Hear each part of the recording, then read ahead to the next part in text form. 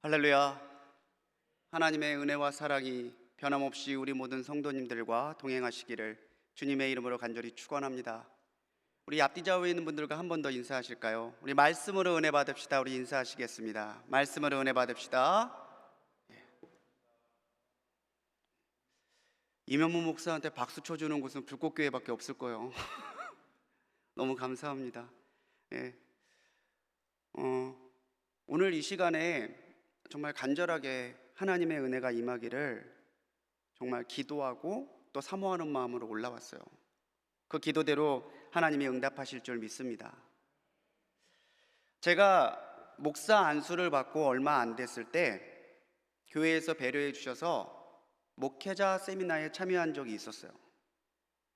거기에서 한 연세 지긋하신 목사님 한 분을 만나서 대화를 하게 됐는데 자기는 참 부끄럽다는 거예요. 우리 젊은 목사님들 보니까 자기는 너무 부끄러운 목사라고. 목회를 열심히 하시다가 어떤 사정이 있어서 이 목사님이 무려 11년 동안을 목회를 그만두셨대요. 목회를 그만두고 11년 동안 그렇게 살다가 어느 날 성경을 펴고 말씀을 읽는데 아가서 2장 10절의 말씀이 자기의 심령을 푹 찌르더랍니다. 그 2장 10절의 말씀이요, 나의 사랑하는 자가 내게 말하여 이르기를 나의 사랑 내 어여쁜 자야 일어나서 함께 가자. 이 말씀을 묵상하는데 하나님 주시는 음성 같더라는 거예요. 나의 사랑 내 어여쁜 자야 일어나서 함께 가자. 그 말씀에 찔리고 그 말씀을 붙들고 울다가 결단하고 다시 목회를 시작하셨대요. 내가 11년 동안을 하나님 앞에 이 시간을 버렸으니까 나는 11년 동안을 속죄하는 마음으로 하나님 앞에 살아야 되겠다. 이 목사님은 그러한 결단을 가지고 11년 동안 매일같이 전도를 나가기 위해 힘쓰고 있다는 거예요. 우리는 모두 주님 앞에 부르심을 받은 사람들입니다. 이 목사님한테만 하나님께서 음성을 주신 것이 아니라 오늘 예수님을 믿고 그분을 따르기로 결단한 우리 모두에게도 하나님은 나의 사랑 내 어여쁜 자야 일어나서 함께 가자, 그렇게 우리를 끊임없이 부르고 계시다는 사실을 믿으시기 바랍니다. 오늘 새벽까지 우리는 담임 목사님 귀한 말씀 통해서 신앙의 리부팅이라고 하는 주제를 가지고 달려왔습니다. 성전에서나 온라인을 통해서 이 새벽 나의 신앙이 새롭게 리부팅 되기를 사모하며 달려왔던 모든 성도님들께 분명히 하나님의 은혜와 응답이 있을 줄 믿습니다. 다음 주부터는요, 우리 온라인 연합기도회인 온앤오프 연합기도회를 온라인으로 통해서 함께 기도하면서 주님이 고난당하신 고난주간 십자가를 묵상하면서 갈 거예요. 우리가 이 한 주 동안 신앙의 리부팅을 기도하면서 새로운 신앙으로 살기를 결단했다면 우리는 다시 주님의 제자 되어 나의 십자가를 지고 주님을 따라가고자 하는 이 거룩한 일에도 결단하고 주님을 따라가야 될 것입니다. 오늘 금요 간증 예배에서는요, 함께 읽은 말씀 67절에서 주님이 하신 말씀 그대로 너희도 가려느냐, 이 말씀을 제목 삼아 그분의 음성을 묵상하며 은혜를 나누고자 합니다. 오늘 말씀이 기록된 이 6장은요, 우리가 잘 알고 있듯 오병이어의 기적으로 시작이 돼요. 떡 5개, 물고기 2마리를 가지고 그 많은 사람들이 먹었어요. 놀라운 기적이죠. 먹을 것이 부족했던 시대에 그 풍요로움을 맛보고 그 놀라운 능력을 맛봤던 유대인들은 예수님이 왕이 된다면, 저분이 우리를 다스려 주신다면 배고프지 않겠구나, 우리를 빼앗고 수탈하는 저 못된 로마놈들 물리칠 수 있겠구나, 예수님을 그렇게 정치적인 왕으로 오해했어요. 예수님 때문이 아니라, 능력의 근원 되시고 먹여주신 예수님이 아니라 자기들의 오해, 자기들의 욕심을 채우기 위해서 예수님을 따라다니기 시작했다는 거예요. 이건요, 오병이어로 먹이셨던 예수님의 본심과는 너무나 거리가 먼 잘못된 생각이었어요. 예수님을 따라다니는 사람이 날마다 늘었지만 예수님은 그 사람들을 기뻐하지 않으셨습니다.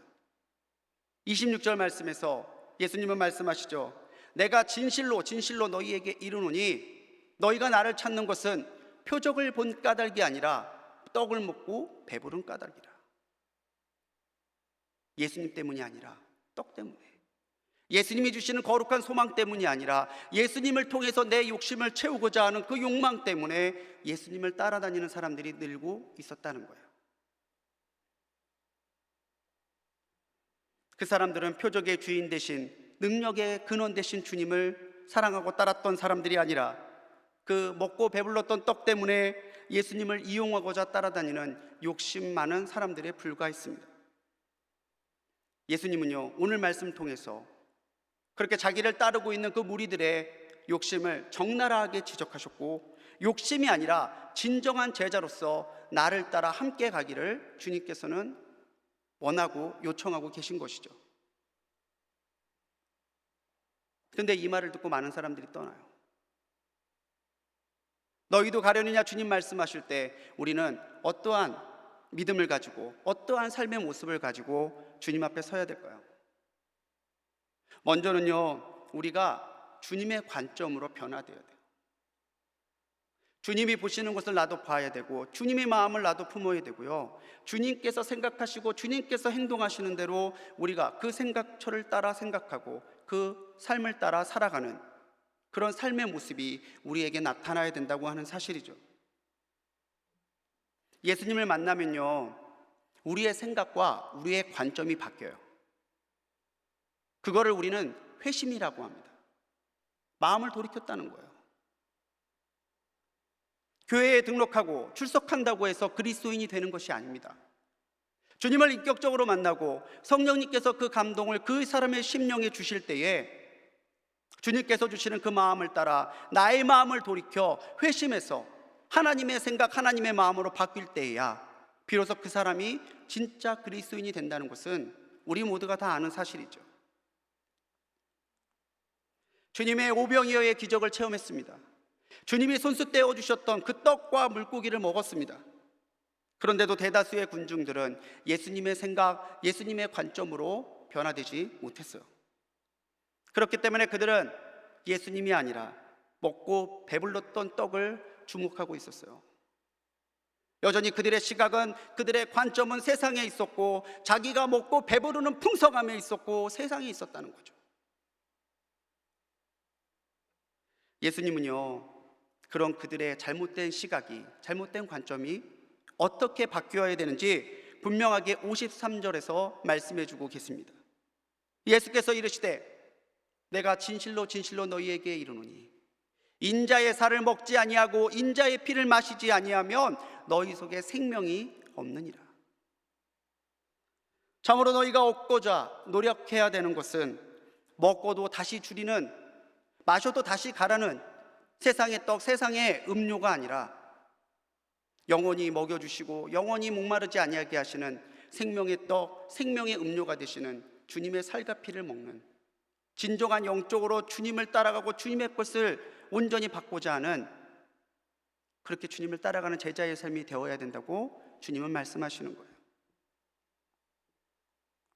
그런데요, 충격적인 결과가 나옵니다. 66절에요.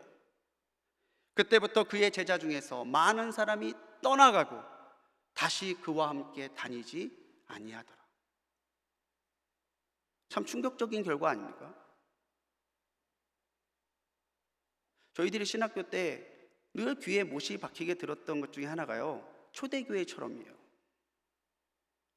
불같이 부흥했던 초대교회, 예수님을 따라서 예수님을 닮아서 목회해야 된대요. 그런데요, 예수님의 말씀을 전했는데 사람이 구름대같이 모인 게 아니라 떠나갔어요. 이게 주님이 능력이 없으셔서 생긴 일일까요? 주님께서 사람을 어떻게 모으면 모르는지 모르셔서 일어난 일일까요? 자신이 얻고자 한 것과 주님께서 주시고자 한 것이 부딪히는 순간에 그들은 가차없이 주님을 떠났다는 거죠. 그 모습을 보고 61절에서 주님은 물으십니다. 이 말씀에 대해 제자들이 수군거리니까요. 이 말이 너희에게 걸림이 되느냐? 이 걸림이 되느냐라고 하는 헬라어는요, 그 원문을 보면요, 걸리게 하다, 실족하다라는 뜻도 있고요, 또 다른 뜻으로 분노하게 하다라는 뜻도 있습니다. 너희에게 나의 이 말씀이 부딪혀 올 때에 너희가 그 말씀에 걸리냐, 실족이 되냐? 그 중에 어떤 사람들은 그 말씀을 듣고 하나님 앞에 예수님께 분노했던 사람도 있다는 거예요. 예수님 무슨 말씀입니까? 내가 고작 그런 말씀 들으려고 예수님 따라온 줄 아십니까? 예수님께 분노를 터뜨리는 사람도 있었다는 거예요. 주님께 실망했다고 말하는 사람들을 종종 보죠. 주님이 살아계신지, 주님이 내 기도를 들으시는지 의심되는 때가 많다고 얘기하는 사람들도 봐요. 근데 그들 대부분을 잘 살펴보면요, 주님과 그 사람의 관점이 부딪힘을 경험하는 사람이에요. 제자는요, 하나님께 자기의 시각을 맞춥니다. 하나님이 이것을 보시면 어떻게 생각하실까? 주님이라면은 이 일을 어떻게 해결하실까? 늘 머릿속에 절대적인 기준이 서 있어요. 주님이라면, 하나님이시라면 내게 원하시는 하나님의 뜻이 무엇일까를 끊임없이 생각하고 그 뜻대로 맞추려고 해요. 그거를요, 거룩한 변화, 성화라고 그래요.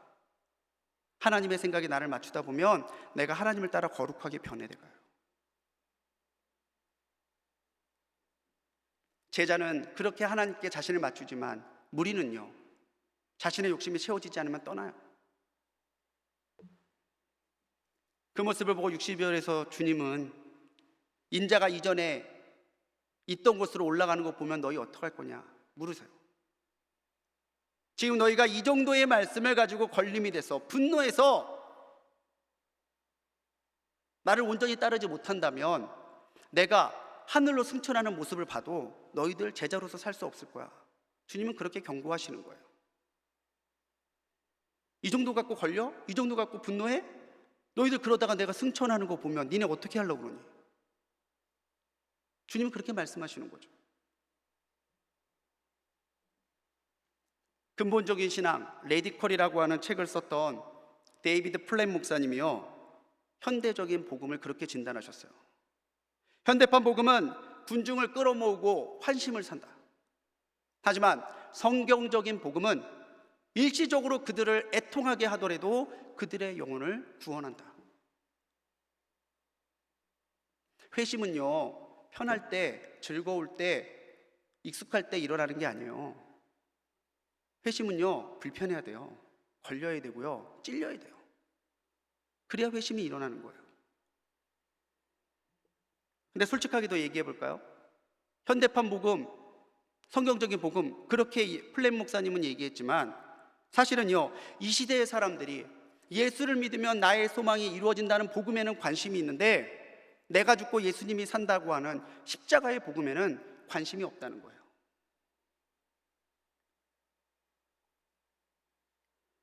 예수님의 이 말을 듣고 무리가 떠나가고 제자들이 떠나가는 모습이 충격적이십니까? 그런데 그 일이 지금도 이 현대에는 일어나고 있다는 거죠. 이 특별 새벽 기도의 기간 동안에 우리 담임 목사님 통해서 주셨던 그 수많은 사람들을 다시 한번 상기해 봅시다. 아브라함, 이삭, 야곱, 요셉, 모세, 그들의 공통점이 있어요. 그게 뭐냐면 하나님의 시각을 소유하고 있었던 사람들이라는 거예요. 그들도 자기 각자의 관점이 있었어요. 자신의 관점이 있었다는 거죠. 그런데 그 관점대로 살았을 때 어떻게 했어요? 아브라함은요, 하갈을 통해서 이스마엘을 얻었어요. 야곱은 형과 아버지를 속였고 이삭은 부인인 리브가가 아내라고 속였어요. 모세는요, 살인까지 저질렀어요. 하지만 그들이 하나님의 시각으로, 하나님의 관점으로 변화되었을 때에 그들은 자신의 계획과 하나님의 계획이 충돌하는 순간에도 하나님을 믿었고 하나님께 순종했고 하나님께 쓰임받아 하나님의 역사를 이루는 주님의 사람들이 되었다는 거죠. 모세도 우리와 같은 성정을 가진 사람이었대요. 아브라함이라고 특출났겠어요? 이삭이라고 뛰어났겠어요? 근데 그들이 왜 하나님 앞에 믿음의 사람으로 기록됐을까요? 하나님의 시각과 하나님의 관점과 하나님의 마음으로 변화됐기 때문이에요. 주님의 말씀이 수긍이 가고 마음이 편하고 은혜가 되면 문제될 게 없어요. 이 말씀 너무 좋아. 이 말씀은 듣고 들어도 좋아. 그럼 문제될 게 하나도 없어요. 근데 우리 신앙이 어려울 때가요, 말씀에 찔리고 말씀이 부담되고 말씀이 힘들 때예요. 그런데 신앙생활을 하다 보면 우리가 꼭 목회자가 아니더라도 우리 일상에서 말씀대로 살아가다 보면요, 그렇게 찔리는 말씀, 부담되는 말씀, 거친 말씀들이 하나님이 내 심령에 주시는 말씀일 때가 너무 많더라고요. 부담되지만, 찔리지만, 그런데 이 말씀이 하나님이 내게 주신 말씀이라는 거를 누가 제일 잘 알까요? 누가 제일 잘 알 것 같으세요? 이건 나한테 주는 말씀이다. 여보세요? 예. 누가 제일 잘 알 것 같으세요? 나요. 내가 제일 잘 알아요. 이게 다른 사람이 주는 말씀이면 문제될 게 없어요. 이건 김 지사님이 들어야 되는데, 이거는 박 권사님 들어야 되는데, 전혀 문제가 없어요. 근데 이게 나에게 주시는 말씀이면 문제가 다른 거죠. 예, 그걸 하라고요? 주님, 저보고 그걸 하라고요? 예? 주님, 그렇게 살라고요? 그때가 오히려 우리가 무리인가 제자인가가 하나님 앞에 드러나는 순간이에요.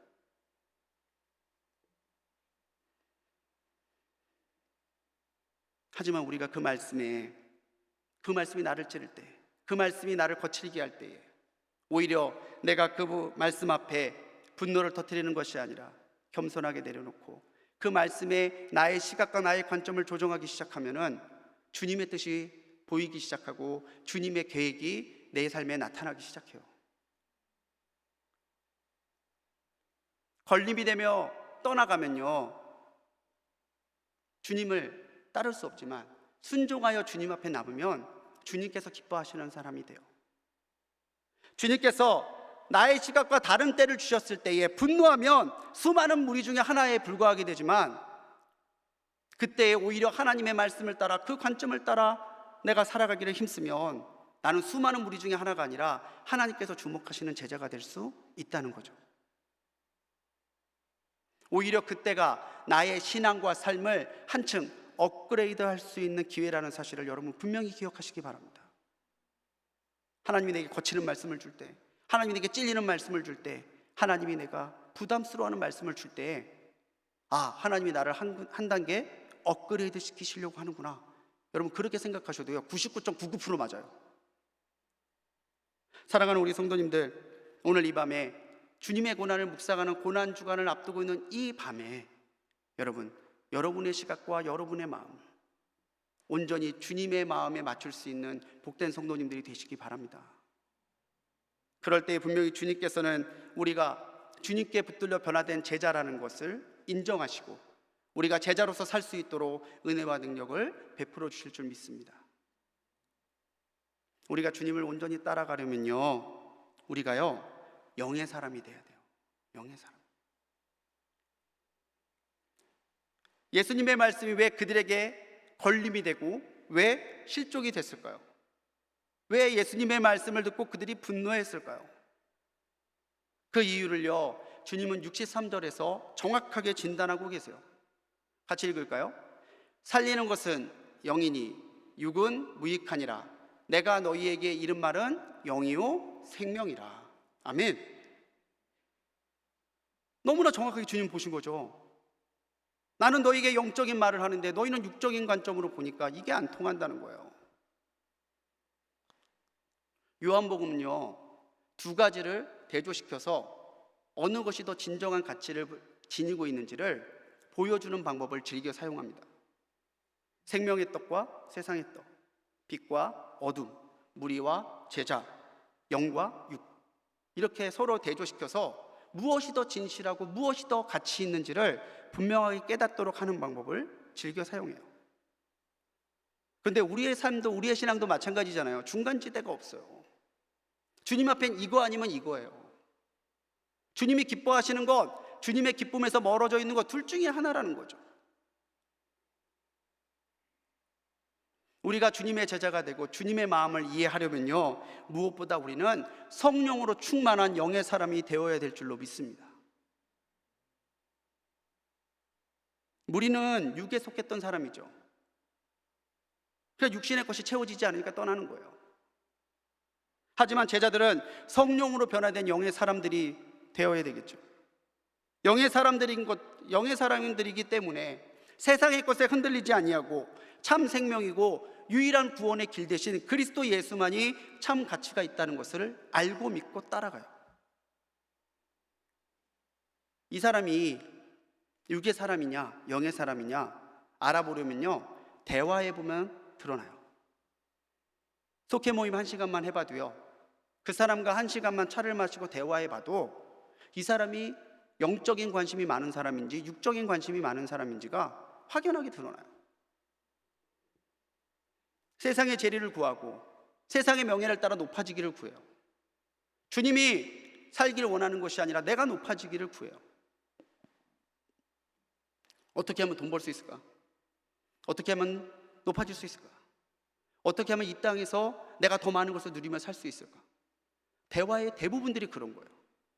아니면요, 세상에서 스쳐 지나가는 가십거리나 농담거리가 대부분이에요. 그런 거 알아? 누구누구가 사귄대. 거긴 또 깨졌대. 내 그럴 줄 알았어. 대화해 보면 이 사람이 영의 사람인지 육의 사람인지 드러나요. 근데 영적인 사람은요,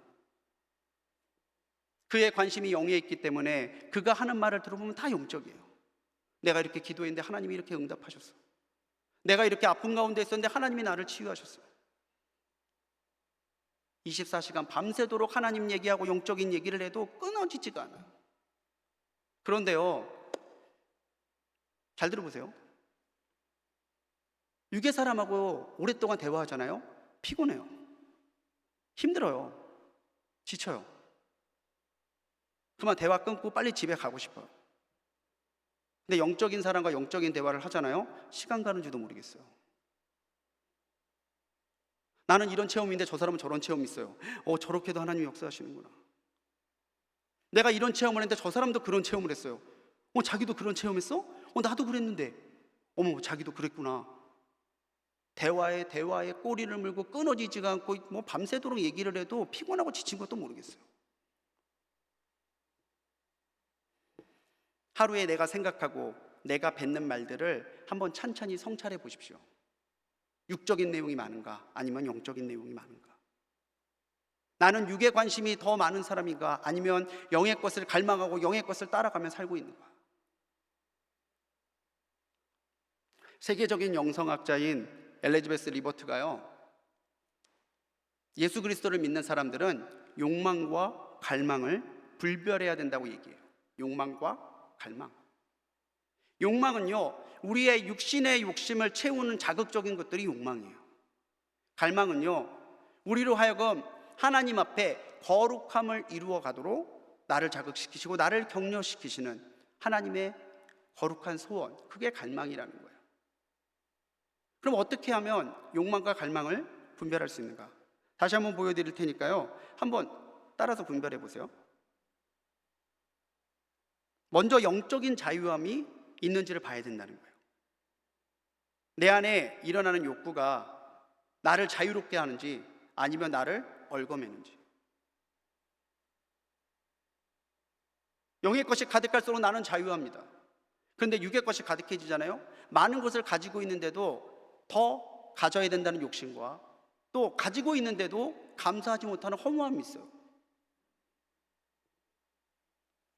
두 번째는 직면한 문제에 이름을 붙이고 우선순위를 나눠보라는 거예요. 이거는 자기 스스로가 네임택을 붙여보라는 거죠. 이거는 자녀 근심, 이거는 물질 문제야, 이건 영적인 문제고. 네임택을 붙여놓고 이게 우선순위에 들어가는지를 보라는 거예요. 글쎄 이건 없어도 될 것 같은데, 글쎄 이거는 좀 중요한 게 아닌 것 같은데, 이건 있어야지. 그러면은 그거를 천천히 분별해서 우선순위가 아닌 것들은 내려놓고 우선순위가 있는 것만 남겨놓으라는 거죠. 그리고 그 문제에 관련된 정보를 분석해 보라는 거예요. 이것을 이루기 위해서는 무엇을 해야 될까? 그래서 그 방법이 영적인 건지 육적인 건지 찾아보시라는 거예요. 남은 것을 이루기 위해서 내가 무엇을 해야 될까? 그런데 그 방법들이 영적인 거예요. 하나님이 기뻐하시는 거예요. 그렇다면 남겨두고, 이루는 방법들이 세상적인 거예요. 주님이 아니고도 할 수 있어요. 그러면 그거는 아니라는 거죠. 그리고 그 문제를 놓고 성찰하고 기도해 보라는 거예요. 찬찬하게. 이것이 과연 욕망인가 갈망인가? 기도를 통해서 욕망인지 갈망인지 하나님께 물으라는 거예요. 그리고는 잠정적인 결정을 내리라는 거예요. 그래, 일단 요건 두자.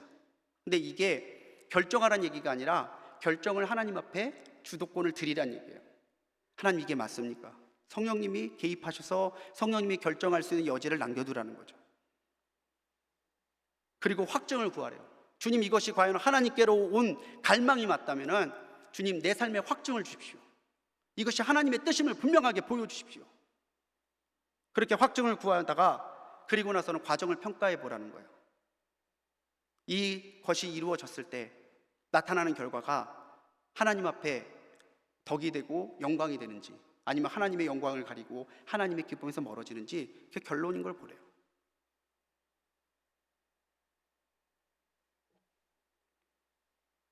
(64절에서요) 주님은 누가 제자인지, 누가 처음부터 믿지 아니하고 누가 예수님을 팔자인지 처음부터 아셨대요. 이미 하나님은 우리의 가지고 있는 욕심이 욕구인지 갈망인지 하나님께서는 이미 알고 계시다는 거예요. 그런데요, 주님은 그게 욕구라고 갈망이라고 말씀해 주지 않으세요. 우리가 욕구를 버리고 갈망을 택하도록 격려해 주시고 은혜 주시고 스스로 발견할 수 있도록 인도해 주시는 거예요. 내가 욕망의 사람인지 갈망의 영성을 지니고 있는 사람인지 주님은 이미 아신다는 거죠. 그렇게 우리는 성령으로 충만해지고 성령께서 따라주시고 성령께서 보여주시는 그 길을 따라 걸어가게 될 때에 점점 우리가 그렇게 갈망하는 성령의 충만함을 하나님 앞에 잊게 돼요. 여러분, 성령의 충만함이 뭐라고 생각하십니까? 막 뭐가 보이는 거요? 막 능력이 나타나고 뭐 초자연적인 게 일어나는 거. 물론 성령께서 임재하시면 그런 일들이 있습니다. 근데 진정한 성령의 충만함은 뭔지 아세요? 어떠한 상황에서도 내 마음의 평안이 깨지지 아니하고 어떠한 상황에서도 절대적인 가치를 하나님께 두며 살아가는 사람이에요. 결코 성령이 아니고서는 그거 택하지 못해요. 결코 성령이 아니고서는 그렇게 살아갈 수 없어요.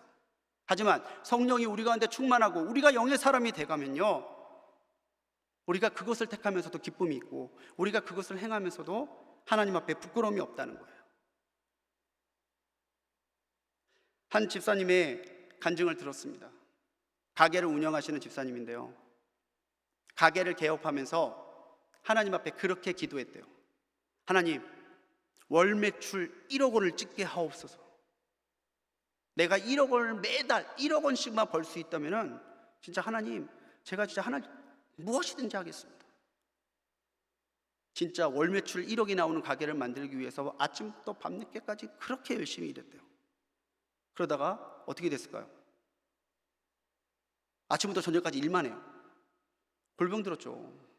병이 났어요. 그래서 병원에 입원한 거예요. 병실에서 투병하면서 실망과 낙심의 시간을 보내고 있는데 하나님이 자기 마음에 그런 감동을 주시더래요. 야, 너 이제 점포 사장 그만하고 점포 운영자 그만하고 내일의 운영자가 되라. 그 감동이 자기 마음에 들더라는 거예요. 하나님, 나 열심히 살려고 그랬는데, 그렇게 기도했는데 왜 나를 이 병실에 두셨어요? 그 원망은 사라지고, 그래, 하나님의 일의 운영자가 돼야지, 그 마음만 남더랍니다. 퇴원하고 나서 이 집사님의 기도가 바뀌었대요. 매월 1억 원을 찍게 하옵소서가 아니라 나의 평생에 1억 명에게 복음을 전하게 하옵소서. 기도가 바뀌었대요. 그래서 가게를 운영하면서 일정액을 구제연금과 성경금으로 드리고 어느 적당할 때에 노숙자들 대접하면서 복음 전하고, 그런데도요 마음이 기쁘대요. 그런데도 자기의 삶의 풍요가 넘친대요. 코로나 시대인데도요 자기 가게가 크게 어렵지 않대요. 그래서 더 많은 사람에게 나누고 하나님께 드릴 수 있다고 감사하대요. 그 간증을 듣는데 나는 과연 영의 사람인가? 이런 거룩한 열망이 내게 있는가 돌아보게 되더라고요. 사랑하는 우리 성도님들, 성령으로 변화되는 이 밤이 되기를 간절하게 축원합니다. 욕망을 기꺼이 내려놓고 오늘도 나의 영혼을 격려하시고 장려하시는 성령님의 거룩한 갈망을 나의 삶으로 삼고 살아가는 성도님들이 되시기 바랍니다. 오늘 많은 기도 제목을 가지고 주님 앞에 나오셨을 거예요. 주님, 나를 긍휼히 여겨주십시오. 주님, 나의 기도를 들어 응답하십시오. 기도하실 텐데 한 번은 그 기도가 욕망인지 갈망인지, 이것이 성령으로부터 비롯된 건지 아닌지 분별해 보시기 바라요. 그래서 오늘 이 밤에는요, 참으로 하나님께서 주시는 거룩한 갈망만을 가지고 뜨겁게 하나님 앞에 기도할 수 있는 이 금요일 밤이 되기를 주님의 이름으로 간절히 축원합니다. 너희도 가려느냐? 주님 물으실 때에 떠나지 않는 주님의 제자가 되려면요, 무엇보다 우리가 영생의 말씀을 따라가야 돼요. 말씀. 한번 상상해 보세요. 머리를 한번 그려보세요. 많은 사람들이 떠나갔어요. 북적북적 시끌시끌하던 그 분위기와는 완전 상반되게 쓸쓸한 정막만이 남아있어요. 뜨문뜨문 사람들이 남아있을 때에 예수님이 남은 제자들에게 물으십니다. 너희도 가려느냐? 한번 떠올려 보세요. 예수님이 나의 눈을 크게 들여다보면서 너도 가려느냐? 예수님의 외로움이 사무치게 느껴지지 않으십니까? 저는 이 부분을 묵상하고 그렇게 상상해 보니까요, 가슴이 뭉클하고 콧날이 시큰하더라고요. 주님이 나의 얼굴 앞에서 내 얼굴을 바라보면서, 내 눈을 바라보면서 형부가 너도 갈 거냐? 말을 못 하겠는 거예요. 말을 못 하겠는 거예요. 너희도 가려느냐? 이 말씀은 설마 너희까지 가는 거 아니겠지? 그런 마음이 담겨있는 주님의 마음이에요. 저 사람들은 갔어도 야, 너는 가는 거 아니겠지? 너는 남는 거겠지? 나 아쉬울 거 없다. 너 아니면 사람 없을 것 같아? 너 아니면 내 제자 없을 것 같아? 갈 테면 가. 그게 아니라 그래도 너만은 여기에 남아있을 거지 라는 주님의 기대가 담겨있는 말씀이에요. 주님의 강력한 요청이지만 동시에 가슴 아픈 주님의 요청이죠. 동시에요, 이건요, 주님이 우리를 사랑하신다는 사랑에서 비롯된 사랑의 요청이에요. 우리의 하나님은 사람들이 침묵한다면 돌들의 입을 열어서라도 찬양받으실 하나님이세요. 온 우주의 주인이시고요, 온 시간의 주관자 되세요. 그런 분이 뭐가 아쉬워서 내 눈을 바라보고 나를 바라보시면서 너희도 갈 거야? 너는 남을 거지. 왜 그렇게 얘기하실까요? 나를 사랑하시고 나를 믿기 때문이에요. 이때에 베드로가 정답을 말해요. 진짜 베드로 보면 타이밍이 너무 예술이에요. 어쩌면 이렇게 타이밍 적절하게, 그것도 예수님이 원하시는 말을 쏙쏙 뿜어하는지. 사람들이 나를 누구라느냐? 주는 그리스도시요 살아계신 하나님의 아들입니다. 여기서도요, 너희도 가려느냐? 68절과 69절에서 말하죠. 주여, 영생의 말씀이 주께 있사오니 우리가 누구에게로 가오리까? 우리가 주는 하나님의 거룩하신 자이신 줄 알고 믿었사옵나이다. 믿고 알았사옵나이다. 이쯤 되면은 베드로는 어디 학원 다니는 게 분명해요. 공교육에서는 이런 얘기가 나올 수 없을 것 같아요. 아니, 어쩌면 이렇게 예수님이 원하시는 대답을 쏙쏙, 그것도 적절한 타이밍에 하는지. 참으로 제자다운 명답이 아닙니까? 먹고 배부른 까닭이 아니라 예수님을 통해 내 욕심을 채우기 위해서가 아니라 영생의 말씀이 주님께 있음을 내가 깨달았고 믿었기 때문에, 주님이 거룩하신 하나님의 되심을 믿고 알기 때문에 나는 주님을 결코 떠나지 않겠습니다. 정말 200점, 300점짜리 답이에요. 여기서 우리는요, 가장 기본적이지만 가장 본질적이고 가장 중요한 사실을 다시 한번 떠올려야 돼요.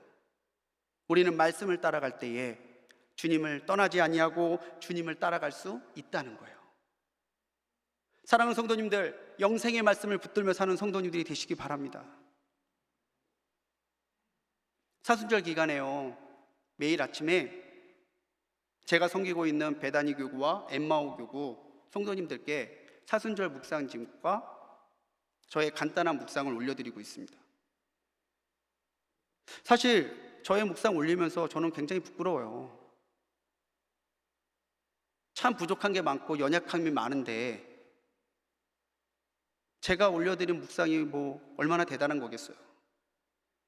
그런데도 부끄러움을 무릅쓰고 사순절의 묵상과 저의 묵상을 같이 올려드리는 건요, 적어도 사순절 기간에만이라도 우리가 말씀을 하나라도 더 읽고 주님의 마음을 한 번 더 헤아려 보자는 그런 마음 때문에 올려드리고 있어요. 예수님은 결코 숫자에 매이시던 분이 아니었습니다. 예수님은 우리 모두가 구원에 이르기를 원하셨지만 그 구원에 이르기를 원하신다는 주님의 마음이 곧 많은 숫자를 의미하는 것은 아닙니다.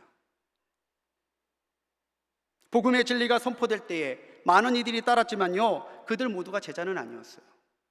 심지어 남아있던 사람들 가운데서도요, 한 사람 가룟 유다는 예수님을 파는 마귀 같은 존재가 되지 않았잖아요. 주님이 우리에게 원하시는 건요, 무리가 아니에요. 주님이 원하시는 것은 제자를 원하신다는 거예요. 무리 된 내가 아니라 제자 된 나를 원하신다는 거예요. 제가 오늘 한 가지를 제안하고 싶습니다. 내일부터 고난주간 한 주일 동안에 여러분 요한복음 말씀을 읽어보십시오. 제가 지금 요한복음 읽고 있어요. 또 목사님이 감사하게 설교의 길을 주셨을 때 저는 그냥 제가 읽고 있던 요한복음 말씀 갖고 들고 올라온 거예요. 수요일에도 숙제를 드렸는데 오늘도 숙제를 드리네요. 죄송해요. 근데 여러분, 한번 이 고난주간에 요한복음을 읽으시면서 한번 깊이 있게 주님의 마음을 헤아려 보시고 주님의 말씀 가운데 영생의 진리를 캐보시기 바랍니다. 나의 삶 중에서 주님의 말씀에 맞는 것은 힘쓰고요, 맞지 않는 것이 있다면 기꺼이 내려놓고 절제해 보십시오. 그렇게 온전히 말씀을 따라서, 그렇게 온전하게 성령으로 충만해서, 그렇게 기쁨과 결단으로 가득 차서 4월 4일 주님이 부활하신 그 감격의 부활의 아침에 나오셔서 주님 앞에 예배해 보십시오. 매년 반복되는 부활절이 아니라 정말 내 인생의 가장 특별한 부활주일, 부활의 새벽이 될 것입니다. 이 시간 주님께서 우리에게 물으십니다. 너희도 가려느냐? 여러분들의 심령에, 여러분들의 마음에 주님께서 지금 여러분들의 눈을 들여다 보시면서 여러분들에게도 물으십니다. 너희도 가려느냐? 주님의 관점으로 변화되면, 우리가 성령으로 영의 사람으로 변화되면 우리에게 영생의 말씀이 나타나고 그 말씀을 붙잡고 살아가기 시작하면은 너희도 가려느냐 주님 물으실 때에 우리는 담대하게 대답할 수 있을 거예요. 영생의 말씀이 주님께 있으니 주님만 따라가겠습니다. 무리가 아니라 제자가 되어 주님을 따라가겠습니다. 그런 용서와 같은 믿음이 우리에게 나타날 줄로 믿습니다. 그러한 담대한 믿음과 결단과 실천이 있는 참 그리스도인이 되기를 주님의 이름으로 간절히 축원합니다. 지금 여러분 아멘 하셨죠? 여러분 그 아멘이 진실하다면, 여러분의 결단이 진실하다면 우리 이 결단을 가지고 주님 앞에 찬양으로 나가기 원합니다. 우리 찬양단 잠깐 올라오시고요. 무리가 아니라 제자가 되기를 원하는 마음으로 너희도 가려느냐 말씀하실 때에 아니요 나는 주님과 함께 남겠습니다 결단하는 마음으로 우리 주님 다시 오실 때까지 우리 이 찬양으로 주님 앞에 우리의 신앙을 아뢰기를 원합니다.